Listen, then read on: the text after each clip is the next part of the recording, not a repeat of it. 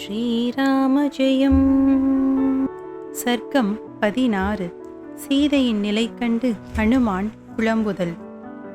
அனந்த கல்யாண குணங்களை கொண்ட ஸ்ரீராமனையும் பதிவிரதையான சீதையையும் மனதுள் புகழ்ந்த மாருதி வசிஷ்டரின் சீடரான லக்ஷ்மணனால் பூஜிக்கத்தக்கவளே இவள். காலகதி இவளையே கஷ்டப்படுத்துகிறதென்றால் சாமானியர்கள் எம்மாத்திரம்?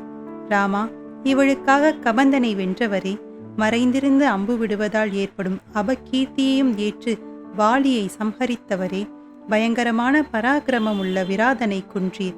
கிஷ்கிந்தையை சீதைக்காக வல்லோ சுக்ரீவனுக்கு பரிசாக தந்தீர்.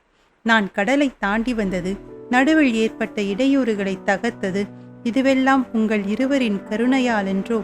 சீதாதேவியின் கால் தூசுக்கு 3 லோகங்களும் ஈடாகுமா? தசரத சக்கரவர்த்தி செய்த புண்ணியம் இவளை மருமகளாக அடைய வைத்தது. கனி வர்க்கங்களையும் ஔஷதிகளையும் உணவையும் தரும் பூமியை வெட்டி கொத்துவது போல் ஐஸ்வர்யத்தை கொடுக்கும் இவள் லோகக்ஷேமத்துக்காக இந்த கஷ்டங்களை அனுபவிக்கின்றாள். இப்போது ராமன் இவளை பார்ப்பதற்கில்லையே என்று துக்கித்தார். ஸ்திரீகளுக்கு நகைகள் என்றால் ஆசை என்பதை பொய்யாக்கி வாழ்கிறாள். நம்பிக்கையின் வேரே இவள்தான். உத்தம குல பெண்களுக்கே நுனிமுடி கருத்திருக்கும். இவள் திருமகளின் அம்சம் என்றார்கள். இவள் சாபத்தால் ராவணன் ஓட்டாண்டி ஆகியிருக்க வேண்டும். அப்படி செய்யாமல் பொறுமை காட்கிறாள் என்றால் இவள் பூமாதேவியின் மகள், பொறுமையின் சிகரம். சக்கரவாக பறவைகள் இரவில் இணைவோம் என்பதால் பகலில் பிரிவை தாங்கிக் கொண்டிருக்கின்றன. இவளும் விடியும் காலத்துக்காக ஏங்கியிருக்கிறாள். அரச குடும்பத்தில் வளர்ந்து அயோத்தியில் வாழ்ந்தவள் அசோக மரத்தடியில் சோகமே வடிவாயிருக்கிறாள் என்று வருந்தியவர் அரக்கிகளின் கண்களில் படாதபடி சிம்சுபா விருட்சத்து கிளைகளிடையே நன்கு மறைந்து கொண்டார். சர்க்கம் 17. விஹார அரக்கியர். கருத்த ஜலத்தில் ஹம்சம் நீந்துவது போல் நிர்மலமான வானில் சந்திரன் பிரகாசித்தான். ஆஞ்சநேயரின் அலைந்த களைப்பை தன் குளிர்ந்த கதிர்களால் ஆசுவாசப்படுத்திக் கொண்டிருந்தான். சீதையை நன்கு ஆராய்ந்து இவள்தான் பிராட்டி என்று முடிவுக்கு வந்ததும் சுற்றியிருந்த ராட்சசிகளை பார்த்தார்.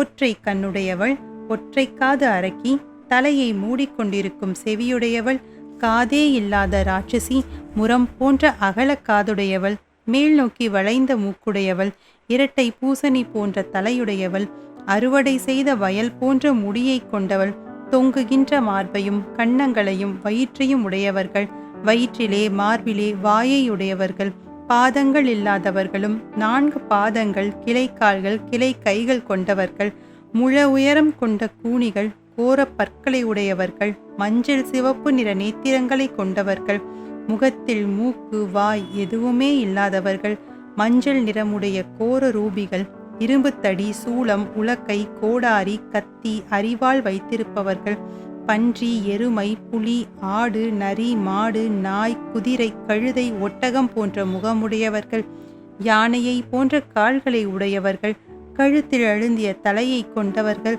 ஒற்றை கை ஒற்றை காலுள்ளவர்கள், கழுதை, ஓநாய், நரி போன்ற காதுகளை கொண்டவர்கள், விடைத்த காதுடையவர்கள், நெற்றியில் நாசி படைத்தவர்கள், பாதத்திலும் உள்ளங்கையிலும் ரோமமுடையவர்கள், கொக்கை விட நீண்ட கழுத்தையுடையவர்கள், நீண்ட நாக்கு நகங்களை கொண்டவர்கள், புகை போன்ற கூந்தலை உடையவர்கள், 4-5 விழிகளை கொண்டவர்கள், மதுவையும் இரத்தத்தையும் குடித்து கொண்டு உட்கார்ந்திருப்பதை கண்டார். விதேக ராஜ வம்சத்தில் பிறந்த வைதேகி கருமுகில்களிடையே தோன்றும் நிலவை போல காணப்பட்டாள். மானின் கண்களை போன்ற அவளது விழிகள் அங்கும் இங்கும் அலை பாய்ந்தன. ராம லக்ஷ்மணனுடைய அனுகிரகத்தால் அல்லவா சீதாதேவியை தரிசிக்கும் பேறு கிடைத்தது என்று பூரித்தார் மாருதி.